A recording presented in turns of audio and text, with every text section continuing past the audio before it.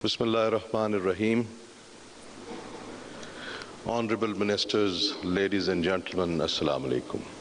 سب سے پہلے تو یہ آج ایک بہت ہی اسپیشل اوکیزن ہے جس کے لیے ہم سارے یہاں پہ اکٹھے ہوئے ہیں، اور جو اللہ تعالیٰ نے پاکستان کو کامیابی عطا فرمائی تقریباً 1 سال پہلے، اس کو ہم یاد کرنے کے لیے یہاں پہ اکٹھے ہیں۔ اور یہ موقع اس لیے بھی بہت امپورٹنٹ ہے کہ اس وقت ایک کتاب لانچ کی گئی، آپ نے اس کا ریویو بھی دیکھا، اور مجھے یہ کتاب تقریباً 2-3 دن پہلے ملی تو میں نے اس کو 2 دفعہ I've gone through this book۔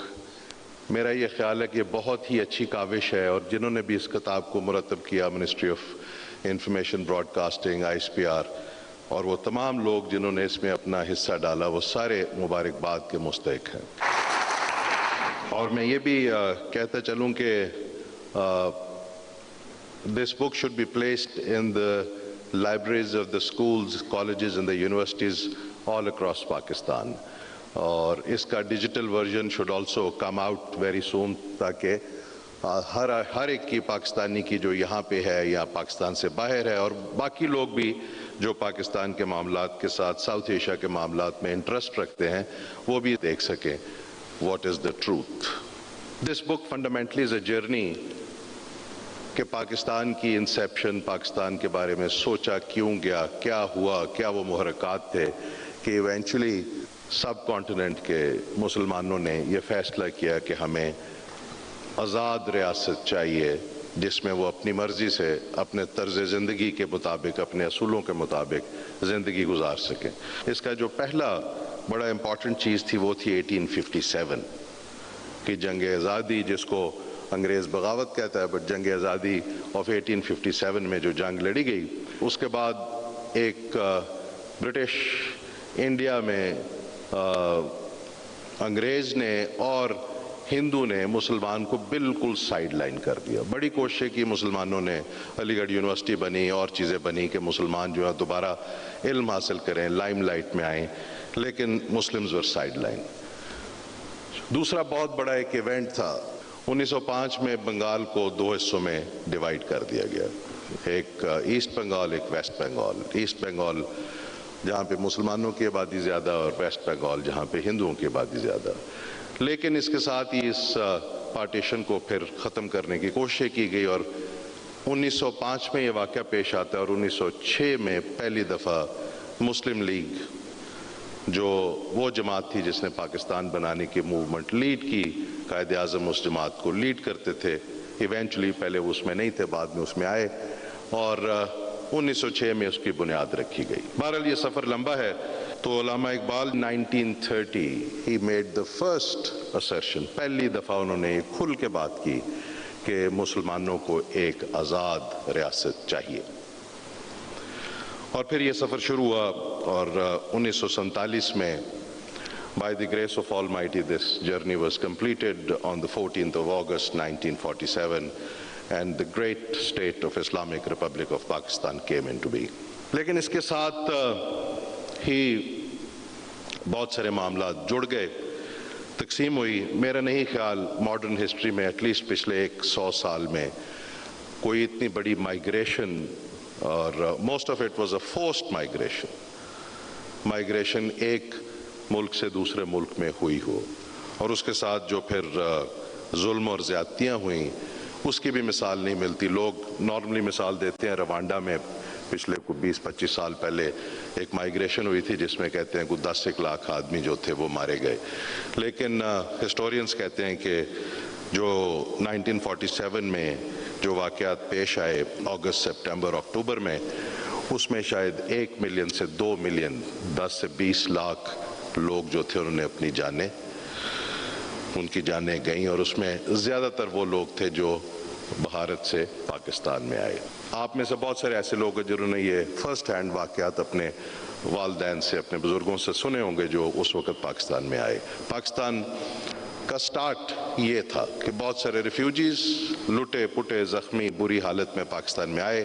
Pakistan کو ہندوستان نے کچھ ریسورسز دینے تھے، ریسورسز کی ڈویژن تھی، وہ ڈویژن نہیں ہوئی، انہوں نے وہ ریسورسز نہیں دیے، اور ख्याल ये था, बहुत सारे इंडियन उस वक़्त के जो लीडर थे हिंदुस्तान के, उनका ख्याल ये था कि चंद हफ्ते नहीं तो चंद महीने में ये रियासत खुद ब खुद गिर जाएगी अपने प्रेशर से। ना इनके पास कोई रिसोर्सेज हैं पाकिस्तान में, ना कोई इंडस्ट्री थी, ना इनके पास फाइनेंशियल रिसोर्सेज थे, तो ये रियासत चल नहीं सकेगी, ये गिर जाएगी। ये रियासत अल्हम्दुलिल्लाह ना सिर्फ चली, एक मजबूत रियासत के तौर पे आज खड़ी है। उसके बाद तमाम प्रिंसिपल्स ऑफ पार्टीशन को वायलेट करते हुए कश्मीर, डोगरा महाराजा ने उस वक़्त एक इंस्ट्रूमेंट ऑफ एक्सेशन साइन किया। हम सारे इसको मान जाते हैं कि इंस्ट्रूमेंट ऑफ एक्सेशन साइन किया। कुछ किताबें हैं, अगर आप उनको पढ़ेंगे तो पता ये चलेगा कि जिस दिन ये इंस्ट्रूमेंट ऑफ एक्सेशन क्लेम करते हैं भारतीय के साइन हुआ था 26 या 27, उस दिन Maharaja was travelling from Srinagar by road to Jammu. तो जो आदमी ट्रैवल कर रहा होता है बाय रोड, वो दिल्ली में जाके साइन नहीं कर सकता। And Lester Lamb is not a Pakistani, Lester Lamb, he wrote this in his book. Kashmir का मामला उस वक्त से पाकिस्तान के साथ जुड़ा। कायद आज़म मोहम्मद अली जिन्ना रहमतुल्लाह अलैह ने उस वक्त फैसला किया, it was his commitment to the people of Kashmir, and ये फैसला उन्होंने किया कि हम कश्मीर में अब अपनी फोर्सेस लेके कन्वेंशनल और जो हमारे ट्राइब्समैन थे उनके साथ आप जाएंगे। तो ये कमिटमेंट कायद आज़म ने दी थी, और आज भी जो आज़ाद जम्मू कश्मीर पाकिस्तान के पास है, ये उस वक़्त उस कमज़ोरी का, आज तो पाकिस्तान अल्हम्दुलिल्लाह बहुत मजबूत इस्लामी रियासत है, उस वक़्त कमज़ोरी के आलम में भी उस बड़े लीडर ने यह फ़ैसला किया। और पाकिस्तान के पास जो आज आज़ाद जम्मू कश्मीर है, इसमें बहुत सारे लोगों की एफर्ट है, आज़ाद कश्मीर के लोगों की, गिलगित बल्तिस्तान के लोगों की, बट ये फ़ैसला कायद आज़म ने किया था। डिस्प्यूट आज भी पाकिस्तान इंडिया के दरमियान में मौजूद है, लेकिन आज़ाद जम्मू कश्मीर, गिलगित बल्तिस्तान उस एक फ़ैसले की वजह से आज आज़ाद है, भारतीय तसल्लुत से बाहर है। एक दो बातें मैं ज़रूर करूँगा। What has happened to India, India में क्या हुआ है।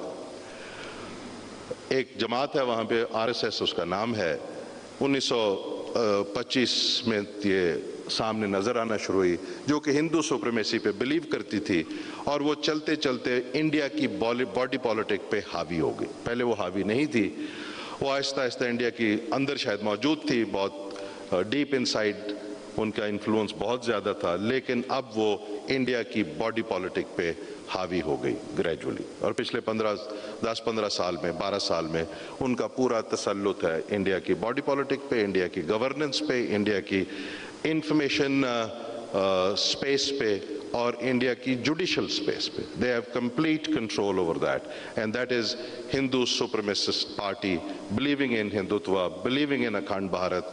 और उन्होंने अपने पार्लियामेंट में एक नक्शा लगाया अखंड भारत का, जिसमें सारा सब कॉन्टिनेंट श्रीलंका से लेकर अफगानिस्तान तक शामिल है। और ये कोई ख्वाबों ख्यालों की बातें नहीं है जी, हम उनके साथ उठे बैठे हैं, उनके साथ इंटरेक्ट भी किया है। ऑनरेबल मिनिस्टर्स यहाँ पे मौजूद हैं। पाकिस्तान ने कभी आज तक, Pakistan has left no stone unturned. Pakistan always wanted peace. बहुत सारी कोशिशें पीस के लिए हुई हैं, सारी कोशिशों को किसी न किसी तरीके से, किसी न किसी जगह पे स्कटल किया गया। क्योंकि इसमें बहुत बच्चे भी बैठे हैं हमारे। एक बात मैं कहता चलूँ, दिस वाज बिफोर मार्का हक। हमारी अपने कुछ भारतीय काउंटर पार्ट्स के साथ मुलाकात हुई। मुलाकात की तफसील तो मैं आपको नहीं बताऊंगा, लेकिन एक मैं आपको वर्बैटम बात बताना चाहता हूँ। राम महादेव उनका नाम है, is general secretary of the BJP central executive committee. So in a meeting he said this openly. उन्होंने कहा जी, अंग्रेज ने सब कॉन्टिनेंट से जाते हुए 3 लाइनें छोड़ी। एक लाइन थी मैकमोहन लाइन, जो इंडिया चाइना के दरमियान में, एक लाइन थी ड्यूरेंट लाइन, जो आज पाकिस्तान अफगानिस्तान के दरमियान में है, which we consider as international border. And you know what he said, which is most profound, जो बहुत ज़्यादा ज़रूरी बात है सबके समझने के लिए। उन्होंने कहा कि एक लाइन रेड क्लिफ लाइन थी, जो कि असल problem. Red Cliff line international border है पाकिस्तान इंडिया के दरमियान में। ये मैं आज पिछले आपको इस BJP की सोच बता रहा हूँ। So this where we stand. दूसरा ढोंग रचाया गया कि जी पाकिस्तान टेररिस्ट सपोर्टिंग स्टेट है, कश्मीर की मूवमेंट को टेररिज्म के साथ इक्वेट किया गया। ऐसे नहीं है, Kashmir is a freedom movement. It stands as a freedom movement.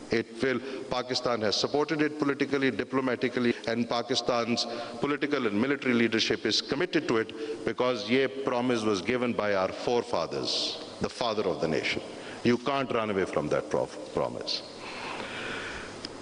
Indians ने at the same time एक massive पाकिस्तान के अंदर हमेशा किया, ये आप लोग I'm sure जो बुजुर्ग हजरात इधर बैठे हैं उनको तो पता है, पाकिस्तान के अंदर इंटरफेरेंस इज नॉट जस्ट 1971, उसका थोड़ा सा ग्लिम्स आपको ने दिखाया. This started a long time back.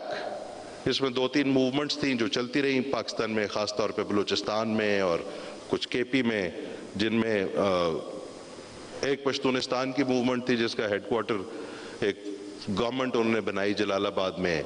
Balochistan में एक इंसर्जेंसी चली 70s में, वो काबुल में पाई जाती थी.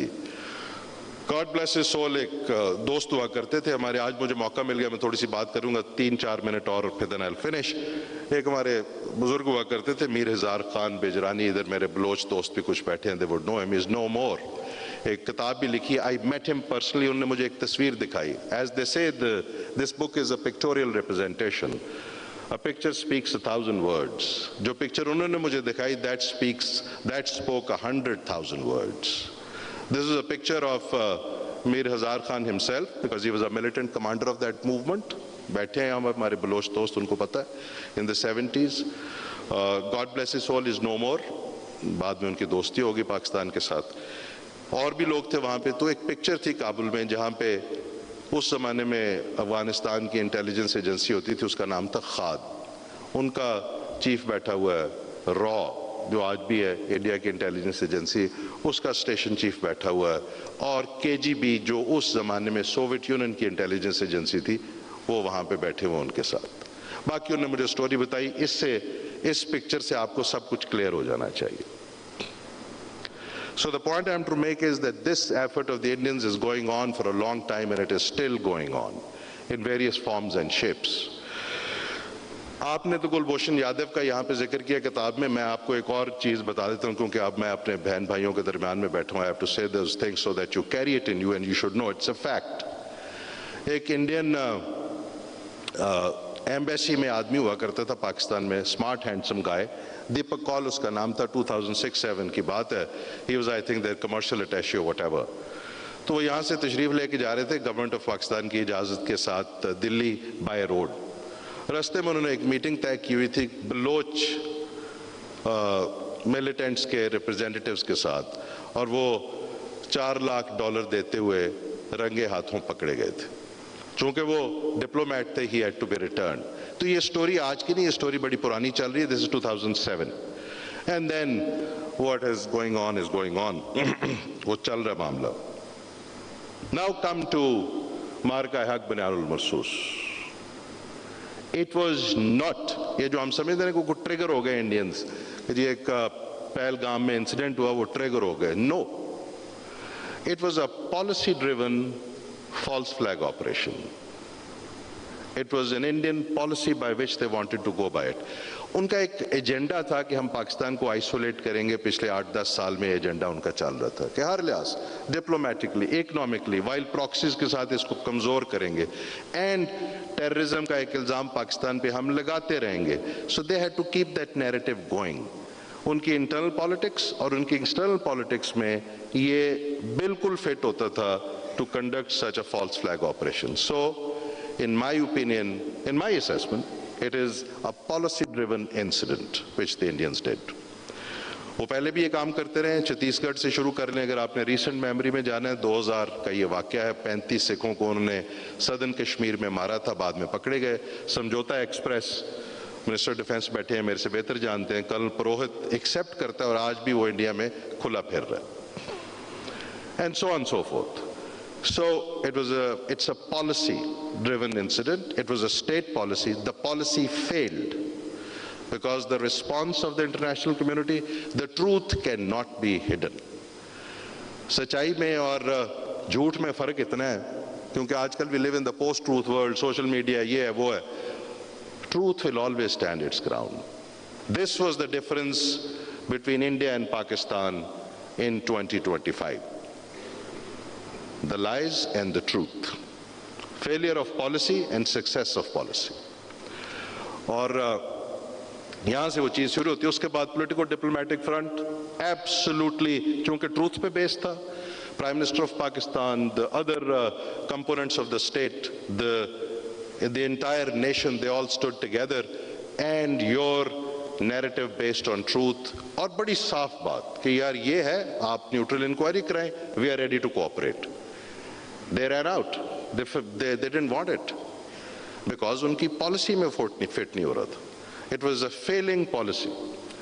So پاکستان نے ان کو ڈپلومیٹک پولیٹیکل فرنٹ پہ ڈیفیٹ کیا. Military, they went ahead, and military, it was a disaster. Starting from 6th, 7th, night to 10th morning, it was a disaster for India. I think, مجھے یہ کہنے میں کوئی are نہیں ہے, یہاں تو ان کی ملٹری کے اوپر ان کی پولیٹیکل لیڈرشپ نے وہ وزن ڈال دیا تھا جو وہ اٹھا نہیں سکتے تھے, یا they have become delusional. So militarily they were defeated fair and square.